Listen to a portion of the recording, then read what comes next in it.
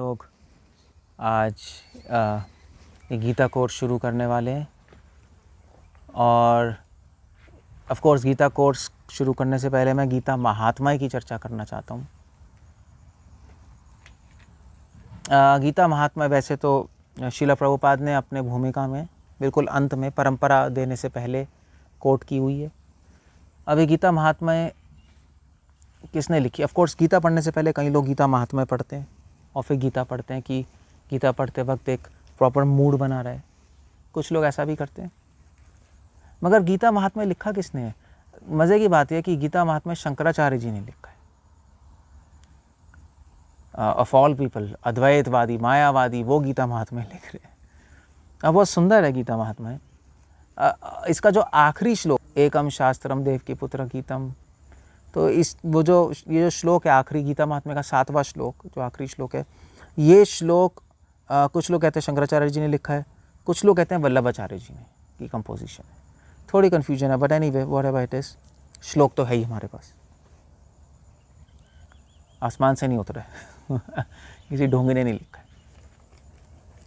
अब ये जो गीता महात्म्य है इसमें 7 श्लोक हैं और 7 श्लोकों में 7 सिद्धांत हैं। गीता की महिमा है। तो आइए हम इसको डिस्कस करते हैं और अगले लेक्चर से फिर हम गीता पे चर्चा करेंगे। गीता महात्म्य का पहला श्लोक है, गीता शास्त्रमिदं पुण्यम यार पठेत प्रियता पुमान विष्णु पदम अवाप्नोति भय शोकादि वर्जिता। तो गीता महात्म्य का पहला श्लोक कह रहा है कि जो इस गीता शास्त्रमिदं पुण्यम, जो इस गीता शास्त्र को पढ़ेगा, भय शोक आदि वर्जितम, उसके सारे भय और शोक नष्ट हो जाएंगे। आप ये गीता महात्म्य देखना चाहते हैं तो गीता का भूमिका खोल के जहाँ पे परंपरा दी है जस्ट उससे पहले ये श्लोक कोटेड है। और एक और बात है, वैसे इसको एनीवे इसको बताने से पहले मैं एक पॉइंट भूल गया कि कई गीता महात्म्य हैं, सिर्फ ये गीता महात्म्य नहीं है। एक गीता महात्म्य वैष्णवीय तंत्र में आता है, शिव जी पार्वती जी को बोल रहे हैं। गीता महात्म्य अग्नि पुराण में है, गीता महात्म्य पद्म पुराण में है, कई गीता गरुड़ पुराण में कई गीता महात्म्य हैं। तो प्रभुपाद ने ये क्यों चूज़ किया? उसका एक ही कारण जहाँ तक मुझे समझ आता है कि जब शंकरा गीता की महिमा बता रहे हैं तो फिर तो गीता महान होनी चाहिए, क्योंकि शंकराचार्य को सब मानते हैं इस ब्रह्मांडी लोग एज महान सन्यासी। और सबसे पहले गीता की महिमा को प्रकट करने वाले भी शंकराचार्य थे। गीता की महिमा तो सारे पुराणों में लिखी है, ऐसे कोई पुराण नहीं है जिसमें गीता की महिमा नहीं है। मगर शंकराचार्य के आने से पहले गीता इतनी फेमस नहीं थी, स्पेशली ये वाली गीता। और भी गीता है, अष्टावक्र गीता है, और उसके बाद अध्यात्म गीता है, और भी कहीं शिव गीता, और भी कहीं गीताएँ हैं, मगर कृष्ण भगवान की गीता इतनी फेमस नहीं थी। महाभारत का पाठ ज़रूर था। हाँ, मध्वा संप्रदाय वाले कहते होंगे गीता फेमस है, बट ऑफकोर्स शंकराचार्य के मध्वा तो बाद में ही आए हैं। शंकराचार्य से पहले फेमस नहीं थी गीता। शंकराचार्य जी ने फेमस की गीता। प्रस्थानत्रय 3 किताबें शंकराचार्य ने फेमस की, वेदांत सूत्र, उपनिषद और गीता। इसको प्रस्थानत्रय कहते हैं। 3 शंकराचार्य जी ने कहा जो इन 3 किताबों को पढ़ेगा, इन 3 किताबों टीका लिख सकता है बिना किसी विरोध के, समन्वय करके, उसकी बातों में कोई विरोध ना है। जब टीका लिख रहे हैं तीनों पे, तो समझ लो कि वो आचार्य है, समझ लो कि वो संप्रदाय चलाने के योग्य है, वो प्रामाणिक है। तो इसीलिए शायद गीता महात्म्य शंकराचार्य जी का चुना। और शायद एक और मतलब हो सकता है, एक और कारण हो सकता है श्रील प्रभुपाद का गीता महात्म्य चुनने के लिए कि ये कोई वैष्णव नहीं बोल रहे। वैष्णव अगर बोलेंगे गीता महात्म्य तो आप बोलोगे कि भाई वो तो विष्णु कृष्ण के भक्त हैं, तो गुणगान गाएंगे ही गाएंगे। वो तो क्यों नहीं गाएंगे? एक शिष्य अपने गुरु के गुणगान गाता ही है, एक भक्त अपने स्वामी के गुणगान गाएगा ही, स्वामी के किताबों के गुणगान गाएगा ही। तो फ्लैटरी में आ जाएगी, चापलूसी में। उन्होंने शंकराचार्य जी को कोट किया जो कि भक्ति के एंटी है पूरा, जिनका सिद्धांत भक्ति का खंडन करता है।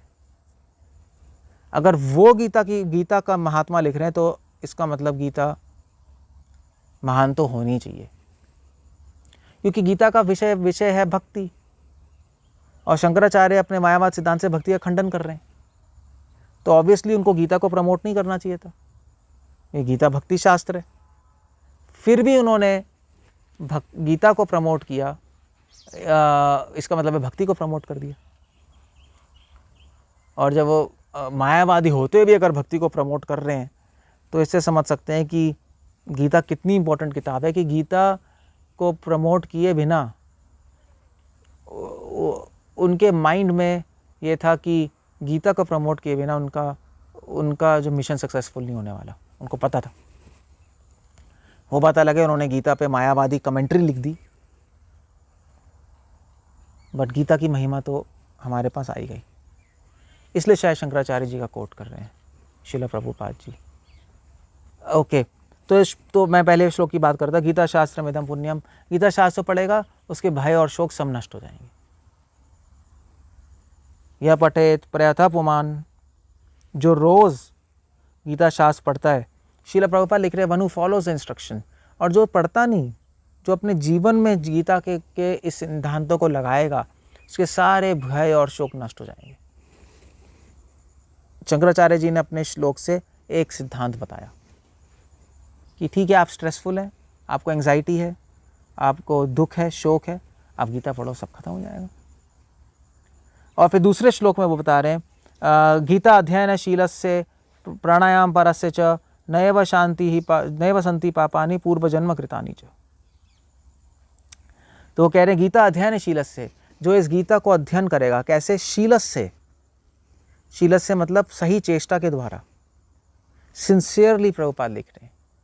ऐसी बस नहीं पढ़ा जाएगा हॉबी की तरह, या यूँ कह लीजिए किसी टीचर के साथ ही सिंसियरली पढ़ा जाता है, बाकी तो अपने आप तो आप हॉबी की तरह पढ़ लोगे, या कि नहीं, या जैसे श्रील प्रभुपाद की टीकाओं के साथ प्रभुपाद के यथारूप।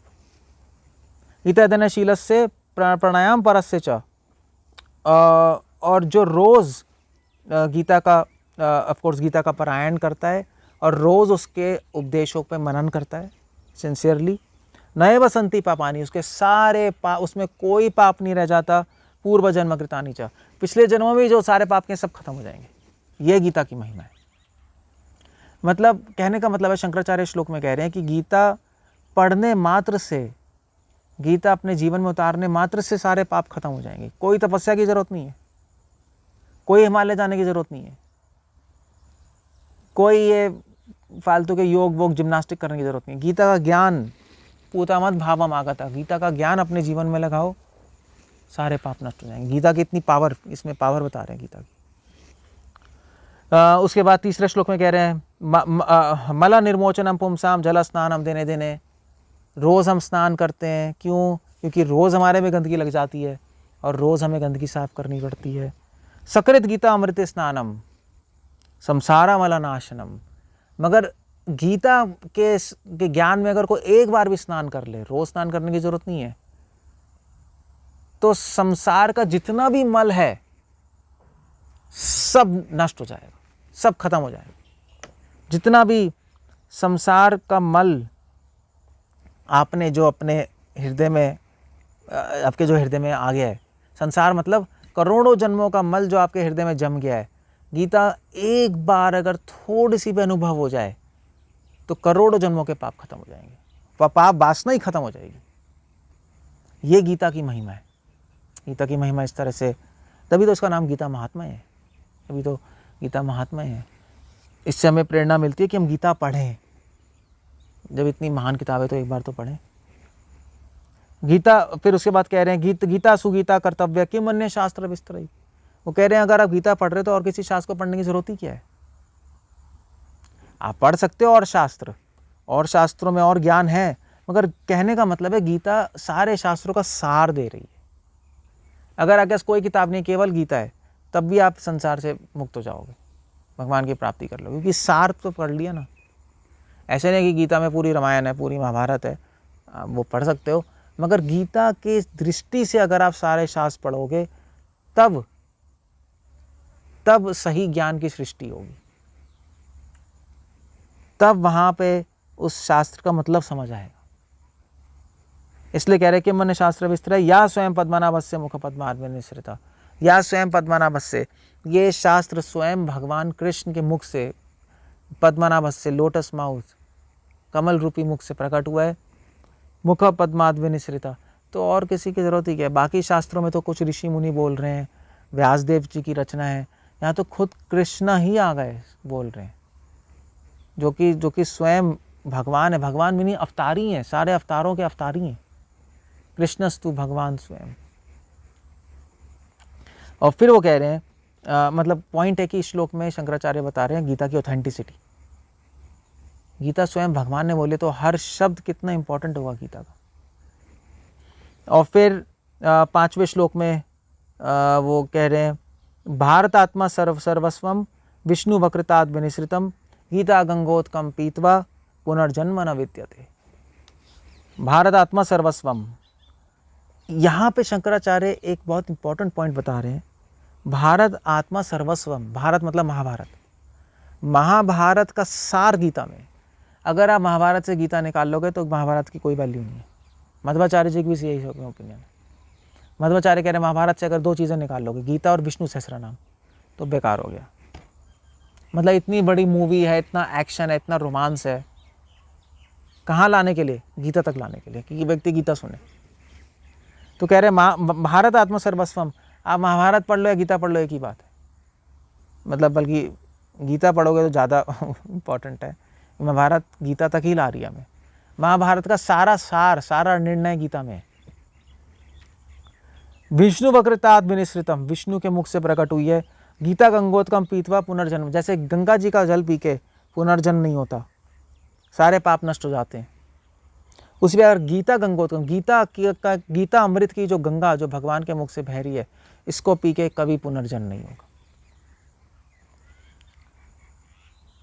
मतलब शंकराचार्य जी कहना चाहते हैं कि इतने महाभारत में 1 लाख श्लोक हैं, 1 लाख श्लोक कौन पढ़ेगा, किसके पास टाइम है? गीता के सिर्फ 700 श्लोक पढ़ लो, 18 दिए, आपका काम बन गया। कहने का मतलब है, बता रहे हैं गीता बहुत सिंपल है और बहुत ईजी है और सारा सार है। उसके बाद फेमस वर्स सर्वोपनिषद गावो छठा, सर्वोपनिषद गावो दुग्धा गोपाल नंदन पार्थो वत्स सुधीर भोक्ता दुग्धाम अमृतम महत। अगर सारे उपनिषदों को मिला के गाय बना लें, दुग्धा गोपाल नंदना, तो उस गाय का दूध कौन निकाल रहा है? कृष्णा।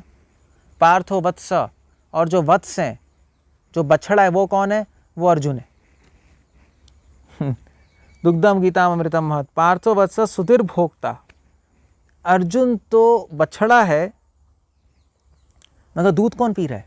सुधीर भोक्ता। धी मतलब इंटेलिजेंट, जो इंटेलिजेंट लोग हैं वो गीता का दूध पीते हैं। आपको पता होगा वैसे तो जब गाय का दूध निकालते हैं तो सबसे पहले बछड़े को लेके आते हैं। बछड़े का मुंह लगता है जब थन पे, तब दूध बहना शुरू होता है। बछड़े का मुंह नहीं लगाओगे, आप करते रहोगे तो कुछ नहीं निकलेगा। नहीं तो क्या निकलेगा? बछड़े का मुंह। फिर बछड़े को हटा देते और दूध बहने लगता है तो दूध निकाल लेते हैं। और फिर दूध कौन पीता है? दूध बाकी लोग पीते हैं। तो बहुत सुंदर एग्जाम्पल है कि भगवान गीता बोल रहे हैं, मगर भगवान से गीता निकलवा कौन रहा है? अर्जुन। अर्जुन की भक्ति भगवान को प्रेरित कर रही है कि वो गीता बोले। इसलिए भगवान बार बार गीता में बोल रहे हैं कि अर्जुन तुम मेरे भक्तों सखाओ, इसलिए मैं और बता रहा हूँ। 10 चैप्टर में बोल रहे हैं भूय महाभाव, मैं और बता रहा हूँ। 13 चैप्टर में फिर मैं और बता रहा हूँ, अपने आप से बताते जा रहे हैं। और फिर अर्जुन की वजह से गीता प्रकट हुई। और फिर गीता किसने पी? सुधीर भोक्ता। बहुत सारे लोग अर्जुन की कृपा से गीता पी रहे हैं, गीता का अमृत पी रहे हैं। और इसीलिए अर्जुन परंपरा में नहीं है। अगर आप परंपरा देखेंगे उसमें पहले कृष्ण है, कृष्ण से ब्रह्मा जी के पास ज्ञान आया, ब्रह्मा जी से नारद मुनि, फिर व्यासदेव, फिर मध्वाचार्य। अर्जुन का है? अर्जुन तो केवल एक बछड़े की तरह है कि दूध बहने लगे बस, पी रहे फिर बाकी लोग। ऑफकोर्स बछड़ा भी थोड़ा पीता है मगर पी रहे सुधीर भोक्ता।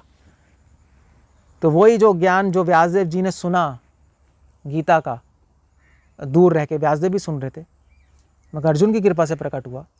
व्यासदेव जी ने जो पिया वो फिर आगे मध्वाचार्य को दे दिया। तो वो परंपरा है। बहुत सुंदर श्लोक शंकराचार्य ने लिखा। और फिर आखिरी श्लोक फेमस, एकम शास्त्रम देव की पुत्र गीता। एक ही शास्त्रो जो देव की पुत्र की गीता। एको देवो देव की पुत्र एवं, एक भगवानो देवकी के पुत्र। देवकी के पुत्र बोल रहे हैं क्योंकि कृष्णा तो कई लोगों का नाम हो सकता है। कई लोग अपने बच्चे का नाम भी कृष्णा लिख देते हैं। एको देवा कृष्ण, गलगलाती, देवकी के पुत्र हमें पता है कि वो कृष्ण है। और एकम मंत्र तस्य नामानि, यानी एक मंत्र उनका नाम, जैसे हम हरे कृष्णा मंत्र बोलते हैं। और कर्माप एकम तस्य देवस्य सेवा, एक काम हो संसार में जीवन का, उनकी सेवा करना। कितना सुंदर श्लोक शंकराचार्य जी ने रच दिया। अब इतना सुंदर है ये, इतना भक्तिमय श्लोक है कि कुछ लोग डाउट करते हैं शंकराचार्य ने लिखा भी नहीं लिखा है इसलिए कहते हैं शायद वल्लभाचार्य जी ने लिखा है। ऐसी भी कुछ स्टोरीज है, बट एनीवे हम मान के चलते हैं शंकराचार्य जी ने लिखा है। शंकराचार्य जी ने तो वो भी लिखा है, भज गोविंदम भज गोविंदम भज गोविंदम मूढ़ मते, मृत्यु के समय कुछ काम नहीं आएगा, ढुकरिन करण है तुम्हारी, ढुकरिन सब रह जाएगी, संस्कृत सूत्र, गोविंद को भजो। तो शंकराचार्य जी ने जगन्नाथ अष्टकम भी लिखा है जो हम गाते हैं। तो इस श्लोक में वो सार दे रहे हैं, गीता का सार किया है। गीता पढ़ोगे तो ये श्लोक मन में रखो तो गीता का सार निकलेगा। अगर ये श्लोक नहीं रखोगे तो आप गीता पढ़ के कहोगे अपना कर्म करो, या गीता पढ़ के कहोगे हमें लड़ना चाहिए अपने धर्म के लिए, ये बेकार की ऊटपटांग कंक्लूजन आएंगे। इसलिए प्रभुपाद जी ने गीता महात्म्य लिख दिया, और फिर अब उसके बाद गीता शुरू कर रहे हैं, उसका परंपरा है, और फिर गीता शुरू कर रहे हैं। तो हम लोग अब अगले लेक्चर से गीता पे विवेचन, गीता की व्याख्या करना शुरू करेंगे। हरे कृष्ण। श्रील प्रभुपाद की जय।